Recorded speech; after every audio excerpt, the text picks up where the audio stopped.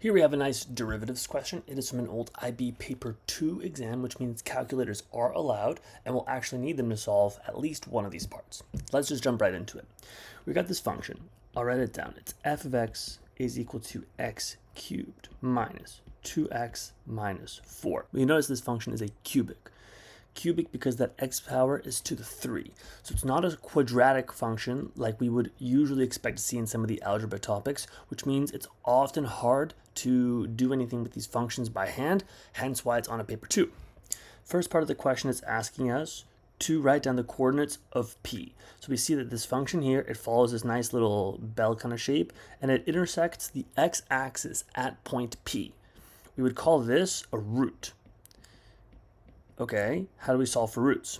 It's pretty simple. We solve for roots by taking your function and setting them equal to 0 because it intersects, any function will intersect the x-axis when the y value, we see here, is 0.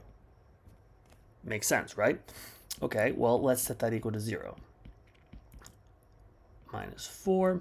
All right, looking at this, it's very difficult to solve this algebraically, which is why this is a paper 2 question. To do this, we're going to solve this graphically, that's how I would prefer to do it, by literally just plugging this into your calculator. Here, I've plugged the function in, x cubed minus 2x minus 4, and we see that this is what it actually looks like if you plug it into your calculator or any other calculator. Literally zooming in to this point and tracing it where it intersects the x-axis, we see that it intersects at the point 2, 0. So those are the coordinates for P. Like we just saw from our graph, the x-coordinate for P is 2, and the y-coordinate for P is 0, but we knew that, so we have to be careful with the language that the IB uses here. Write down the x-coordinate for P. They're asking specifically for the x-coordinate, so I would write down that the x-coordinate is equal to 2. Nice. Let's move on to part B. Write down the gradient of the curve at point P. Okay, now we have to use some calculus. We're past the algebra portion of the question. Whenever we see the word gradient or rate of change, something like that, we're always going to think derivative. That's going to be the savior if we make that jump straight away. So the way we find rates of change or gradients of curves, it's pretty simple. We're just going to take the derivative of the function f of x. This is a pretty simple one because it doesn't have any multiplication, no crazy binomials, no crazy exponentials. It's just composed of 3 terms: x cubed, negative 2x, and negative 4.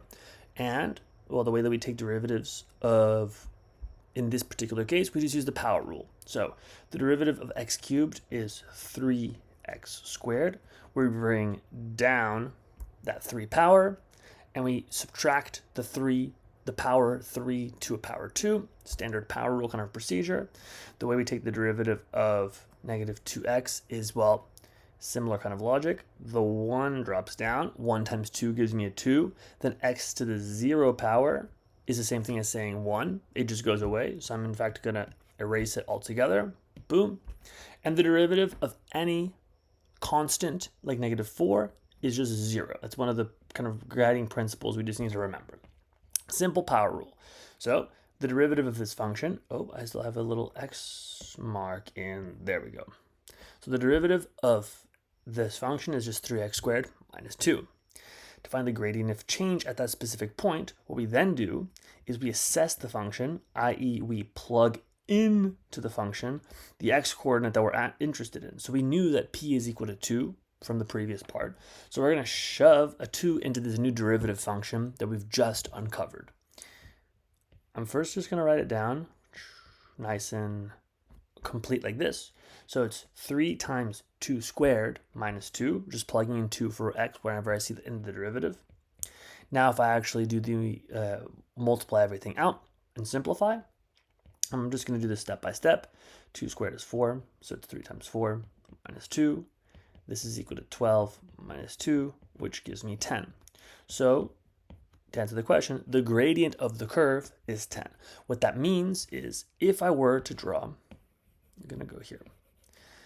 If I were to draw a line perfectly tangential to that curve at point P, tangential means it's kissing the curve at one specific point only, and that point happens to be point P in this case because we plugged in a 2 into the derivative, this line that I've just drew would have a slope, which we use the letter M to denote, of 10.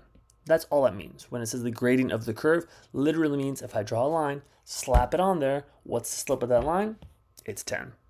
Easy peasy. Let's scroll down and figure out part C over here. Part C.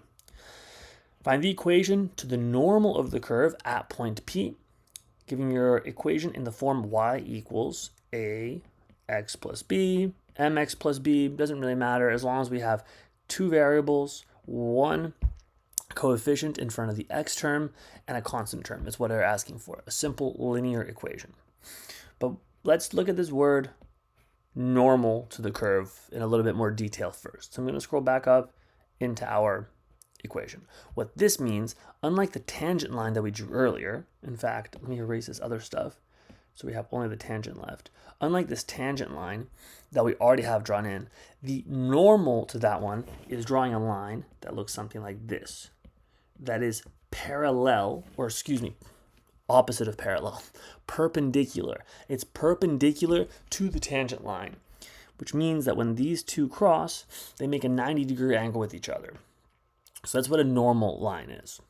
So in this case, if we need to find the normal line, it's actually pretty simple, or it's a question that IB loves to ask because it's a pretty simple step to make from the previous question they asked about the gradient. We have to take this 10, the slope of 10 that we calculated earlier. We say, okay, well, if the slope of the gradient is 10, then the slope of the normal is going to be -1/10. We call this the negative reciprocal. And if you're thinking, how the heck reciprocal? If you're thinking, how the heck did you come up with that, or where did that come from? It's not bad. Let's just take a deep breath together, and we literally see that we take the number 10, we make it negative, and then we put 1 over that number. So that's always going to be the case. If I have a line, or say I have in a different scenario, I'm going to do this even in a different color so don't confuse ourselves. Say I've got a line and the slope is 3. The normal to that line would have a slope -1/3. Now, we need to come up with an equation for the normal. So we know that the equation is going to look something like this. Y is equal to -1/10x plus b. Now the question we have to ask ourselves is, what is b? We can figure that out always using the fact that we know one of the points that lies on that curve.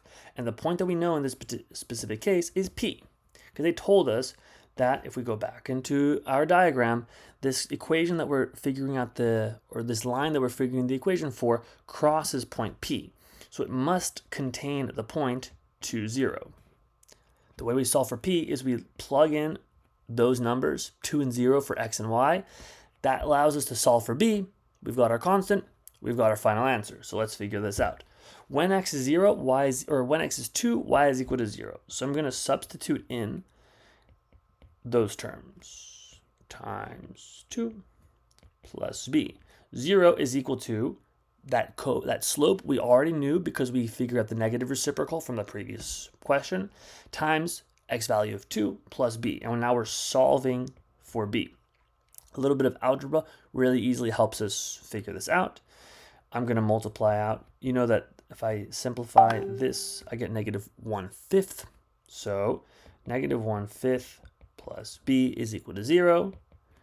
b is equal to 1/5. Therefore, putting this all together, the equation to the normal is going to be y is equal to -1/10x plus 1/5. Final answer. Not too bad, huh? If you like this video and you want more, subscribe, comment, like, more videos to come.